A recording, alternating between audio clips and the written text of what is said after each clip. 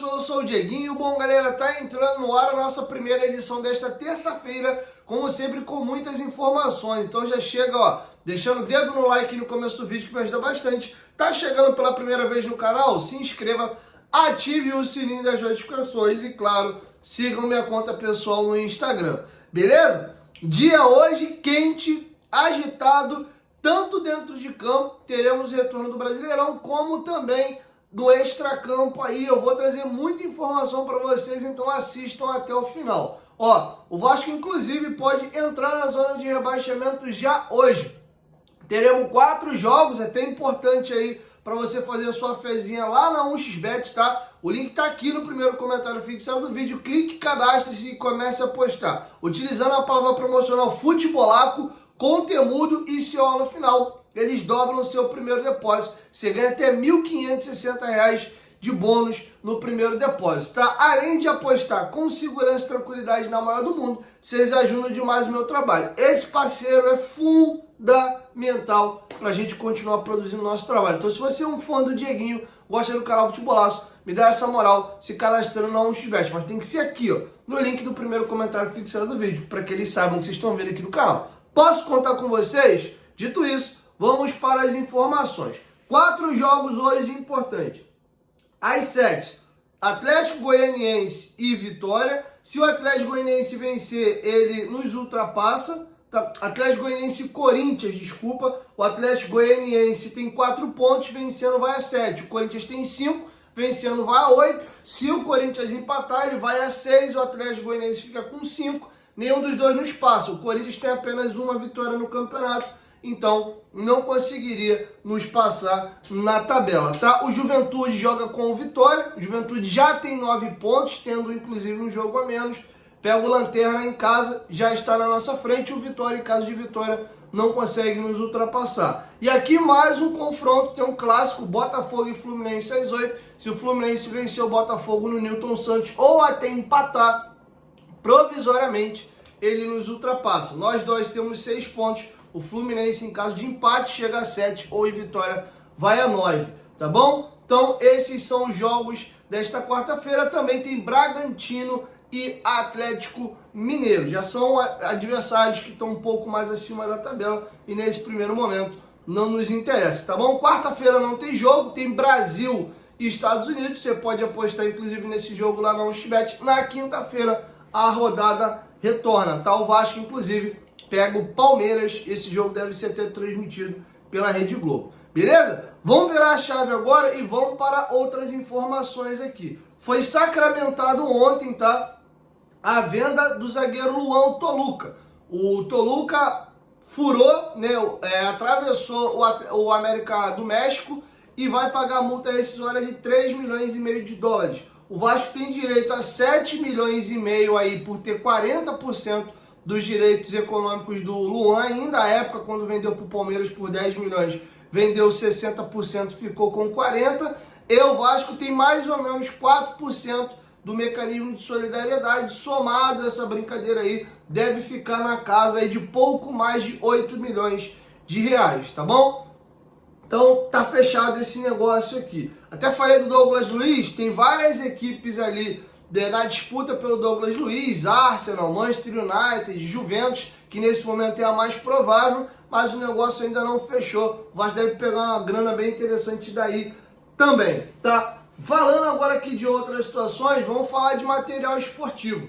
Ontem os companheiros do GE publicaram de que a negociação com a Puma estava bem encaminhada, não estava fechada. Quem tratava à época essa negociação era o Lúcio Barbosa, mas o negócio deu uma travada. Depois da questão da liminar, na troca do comando, a Puma tirou o pé para poder tentar entender com quem que ela negocia, como é que fica a situação, até porque o Pedrinho hoje, ou melhor, o associativo hoje, ele gere a SAF do Vasco sob uma liminar. E essa liminar pode ocorrer modificação a qualquer momento. Na primeira e na segunda instância ainda não teve. apesar da 777 ter entrado com agravo de instrumento agora, pedindo para que um colegiado de 3 desembargadores façam o seu voto. O Vasco já acionou a arbitragem, isso pode levar mais ou menos de 3 a 6 meses, tá bom? E lembrando que a decisão na Câmara Arbitral é a definitiva. Dali, ela se sobrepõe a qualquer outra ação na Justiça Comum. Beleza? E aí o que aconteceu? A Puma tirou o time dela de campo, não desistiu mais. Deixa eu dar uma segurada aqui. O Pedrinho também, depois de ter entrado de fato como gestor do clube, entendeu que dava para esticar um pouco mais a corda e melhorar valores. E aí foi se abrir o mercado e ouvir também outras propostas. O Vasco não abre mão de ter uma das 3 maiores do mercado. A Adidas não se interessou, lembrando que ela hoje é patrocinadora é patrocinadora de uniformes do nosso maior rival, o Flamengo. A Nike viu com bons olhos, mas quem de fato está mais em cima da situação é a Puma, tá? E aí o que apurou os companheiros do GE é que a transação do todo poderia chegar mais ou menos na casa de 24 milhões. E esse 24 milhões não é cash, não é dinheiro vivo não, tá? Esses 24 milhões é um valor fixo, mais um percentual de royalties da venda de produtos e o enxoval. Lembrando que todos os uniformes que os jogadores, comissão técnica, categoria de base, feminino, é uniforme pra caramba, eles utilizam a fornecedora de material, entrega. E isso tem um baita de um custo. Não sei qual é o custo disso. Então tem esse percentual do enxoval, tem um percentual de royalties e mais um valor fixo, tá? O GE não conseguiu apurar detalhadamente quanto seria de cada situação, mas esse somatório chegaria na casa de 24 milhões e o Pedrinho entende que dá para esticar. É importante entender uma coisa também. O contrato com a Capa vai até dezembro, porém, você para fazer uma troca de fornecedor de material esportivo, não é estala o dedo e bota o uniforme na pista, não. Você normalmente leva isso aí 6, 5 meses para pensar o design de cada modelo, né? São muitas peças, tem que desenhar tudo bonitinho e depois fabricar, fazer a distribuição para todo o cenário nacional, para quando chegar de fato o período dos atletas receber e de colocar à venda, não ter problema de logística. Inclusive, um dos problemas que mais se reclamou da Capa nesse período no Vasco foi a logística. Além do valor ridículo que o Alexandre Campelo fez na época, um contrato que a Capa paga 600 mil reais anuais ao Vasco, mais enxoval, 300 mil reais de verba de marketing e 13% de royalties só na venda dos produtos, tá bom? A Capa tem prioridade, né, pelo contrato, ou seja, se ela igualar a proposta de uma outra empresa, ela pode ficar. Vamos aguardar. A Capa tem muito interesse em seguir no Vasco, mas o Vasco gostaria de ir para uma top 3, tá? Tem uma diferença da Puma para a Nike importante. A Nike, ela costuma trabalhar com templates, tá? Como assim, Diguinho? Ela tem mais ou menos os uniformes pré-fabricados, desenhos mais ou menos feitos, e ela repete para todo mundo. Então tu vai ver uma camisa do Vasco igualzinha, tô dando um exemplo aqui, tá? Só meramente ilustrativo. Você vai pensar em outros clubes Nike pelo mundo, no caso aqui no Brasil o Corinthians, você vai ver o desenho igualzinho. Só vai mudar que um tem o escudo do Vasco, outro tem o escudo do Corinthians, né? Sei lá, um clube... enfim, não vou lembrar agora quais clubes são Nike ao redor do mundo. Então fica tudo muito igual. A Puma dá essa flexibilidade igual a Capa faz com o Vasco, de desenhar manualmente, né, o próprio desenho do Vasco. E um detalhe importante de estar dentro de uma das top 3 do mundo é que, por exemplo, a Nike, a Adidas, a Puma, principalmente Nike e Adidas, costumam ter lojas próprias gigantes. Então você chega numa loja da Nike, tá exposta lá a camisa do Vasco, e além disso você chega lá para comprar camisa, você tem tênis, casaco, agasalho, várias outras coisas. Eu mesmo, cara, se a Nike vir pro Vasco eu vou ter quase um treco. Se vocês observarem as minhas vestimentas aí, 90% ou mais das roupas que eu uso são Nike, tá? Desde tênis, agasalho, eu só uso camisa de basquete porque é Nike. Na época as camisas de basquete eram da Adidas, eu não usava. Então, eu tenho muito esse carinho pela marca, aquela coisa que vem do subconsciente de infância, né? Joga 10, joga bonito, Ronaldinho Gaúcho, aquela coisa toda que foi desenhada na tua cabeça desde molequinho. Então eu ficaria maluco. Mas eu fui dar uma olhada nos uniformes da Puma, cara, e me chamou muita atenção. Dá uma olhada no Instagram, Puma Futebol. Vocês vão ver lá os uniformes do Manchester City, os uniformes do Borussia Dortmund, os uniformes do Milan. Cara, eu fiquei encantado com os desenhos lá, achei muito legal, tá? Enfim, vamos aguardar a cena dos próximos capítulos. Agora vamos falar das bombinhas, né? Lúcio Barbosa, que é o CEO da Vasco da Gama SAF, e a Kátia Fonseca, que é CFO, que é quem cuida das finanças do clube, entregaram os cargos hoje, se demitiram e estão fora. O Pedrinho, num vídeo que ele gravou no domingo, eu acho, no sábado, não vou lembrar o dia exatamente, na associação ele disse que outras medidas seriam tomadas em breve. E agora Lúcio Barbosa e a Kátia entregaram seus cargos, segundo apurou o companheiro Bruno Murito do Globoesporte.com. Eles entenderam ali que era questão de tempo deles serem demitidos. Desde que a liminar passou a vigorar, segundo apurou o GE, o Lúcio Barbosa e a Kátia estão um pouco ao lado da situação. Por exemplo, no futebol, o Pedro Martins se reporta direto ao Pedrinho e não mais ao Lúcio Barbosa. É o Pedrinho que vem tomando todas as decisões. Com a chegada do Felipe e Pedro Martins se retratam direto ao Pedrinho. Então, por isso, o Lúcio Barbosa e a Kátia Fonseca estão desligados do clube, se demitiram e entregaram seus cargos hoje de forma oficial. O Pedrinho já está ciente da situação, então eles estão fora. Tivemos ontem reunião do Conselho Deliberativo. Me incomodou um pouco é que as reuniões do Conselho Deliberativo vinham sendo transmitidas lá atrás, antes da Vasco da Gama SAF na Vasco TV, e desde a criação da Vasco SAF, que eu acho um absurdo, né? A associação tem um canal CRVG TV com apenas 35 mil inscritos, enquanto a Vasco TV produz conteúdo de futebol, tem 1 milhão e pouco, tá? Literalmente rasgaram o clube no meio, tem 2 Vascos hoje. Então, se você quiser ver jogos de basquete, futsal, por exemplo, as reuniões de Conselho Deliberativo, você tem que ver na CRVG TV. Inclusive, muita gente nem sabe. Por favor, quando sair do vídeo, digita aí CRVG TV, se inscreva, que essa é a televisão oficial aqui no YouTube do Vasco Associativo, tá bom? E não foi transmitido ontem a reunião do Conselho Deliberativo. Queria muito ter assistido para eu analisar ela toda, fazer o meu relatório, meus apontamentos e até pegar trechos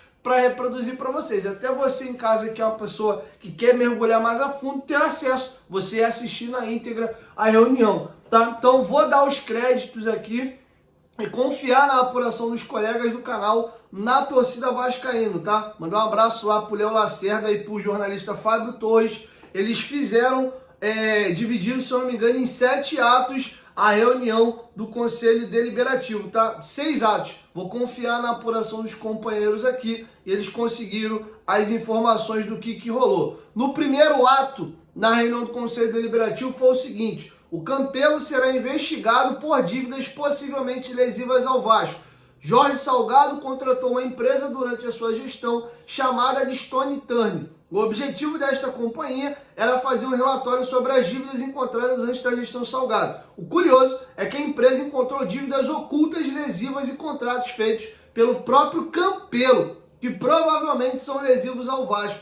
Este relatório chegou na mesa do atual Conselho Fiscal, que achou muitos problemas nas contas. O clube irá montar uma comissão para apreciar todos esses dados da gestão Campelo. Diante disso, o médico será investigado e deve ser chamado para prestar esclarecimentos do clube. Há uma chance de sofrer penalização gravíssima da associação, até mesmo uma expulsão do quadro social. Segundo ato, comissão para apreciar a venda da Vasco SAF para a 777, que é o que a galera está mais interessada nesse momento. Outra comissão será formada para apurar sobre a venda da Vasco SAF para a 777. Vale dizer que as 2 comissões serão formadas e divulgadas até sexta-feira. As comissões serão publicadas segundo as diretrizes que o Conselho Deliberativo vai explicar para cada um dos grupos. Os nomes que estão nas comissões não foram divulgados, mas o presidente do Conselho Deliberativo vai chamar gente da situação beneméritos e minoria. Terceiro ato, logo após isso aqui é um absurdo. E é a segunda vez, tá? A diferença é que dessa vez o Vasco conseguiu brecar. Presta atenção nessa merda aqui, ó. Após aportar 120 milhões, que foi o aposto do ano passado atrasado, a 777 tentou pegar 80 milhões por empréstimo da SAF. Já no primeiro ano, eles botaram o aporte aqui e depois foram lá, sem consentimento do Conselho Deliberativo e do Conselho de Administração, eles pegaram, salvo engano, 5 milhões de dólares e levaram para uma outra empresa fora. Eles foram notificados, foi passado que isso não poderia acontecer mais sem a anuência do Conselho Deliberativo e também do Conselho de Administração. Eles foram, devolveram, ainda falta pagar um percentual ainda dos juros. O valor integral já voltou, mas parte do juro eles ainda não quitaram. Me fugiu até o montante da cabeça aqui agora. É menos de 1 milhão de reais, 600 mil reais, 700 milhões, alguma coisa nesse montante. E agora, ano passado, em setembro, pouco depois de botar 120 milhões, eles tentaram pegar 80 milhões pedindo um empréstimo. Dessa vez, porque foi acordado na primeira situação, o Conselho Deliberativo falou, ó, vai pegar dinheiro nenhum aqui não, e reprovou. Ou seja, os caras estavam fazendo, os outros tentaram fazer a gente de palhaço. Bota o dinheiro e tira, para dizer que o aporte entrou. Porra, isso é uma tremenda de uma sacanagem, tá?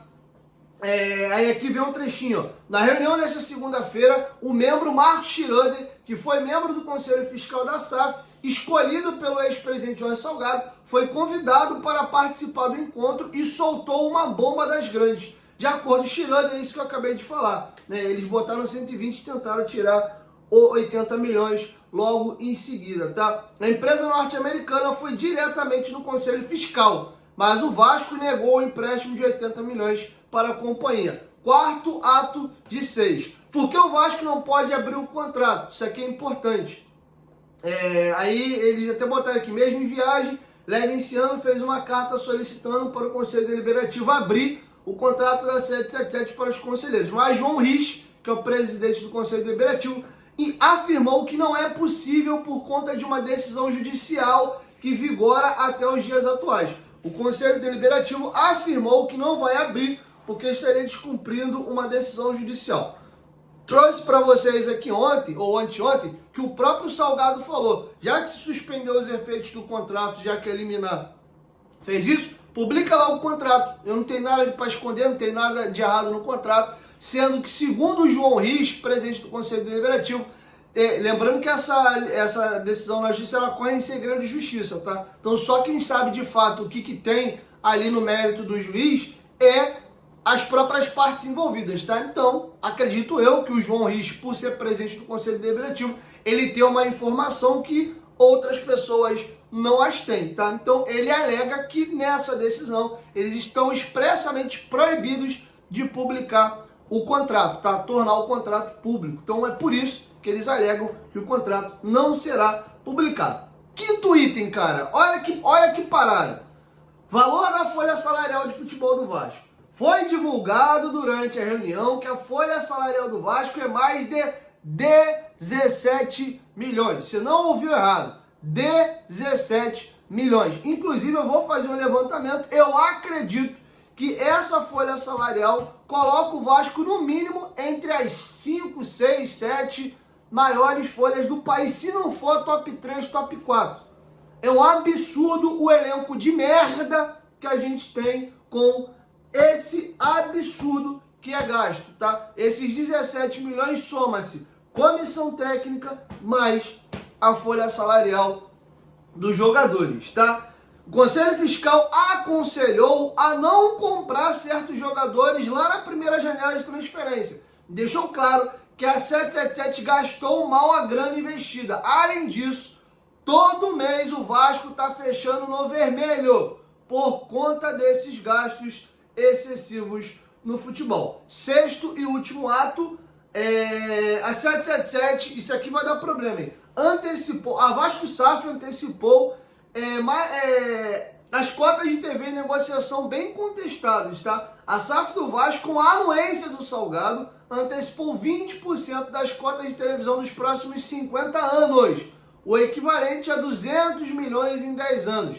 dividindo por temporada, dá 20 milhões por ano, 1,6 milhão por mês. Os valores foram negociados na gestão do Salgado e teve aprovação do Josh Wander. Ou seja, os próximos gestores, os próximos anos do Vasco, estão já comprometidos em 20 milhões de reais anuais, tá? E com essa antecipação, óbvio, você vai receber menos do que de fato você teria direito de receber se você recebesse o valor mensal direitinho, tá bom? Então, os próximos 20 anos do Vasco vão deixar de receber anualmente 20 milhões de reais de cotas de TV, porque já foi antecipado. Não o montante total, que é o 100%, mas 20% desse total já foi antecipado, tá? E aqui, cara, me chama a atenção um detalhe.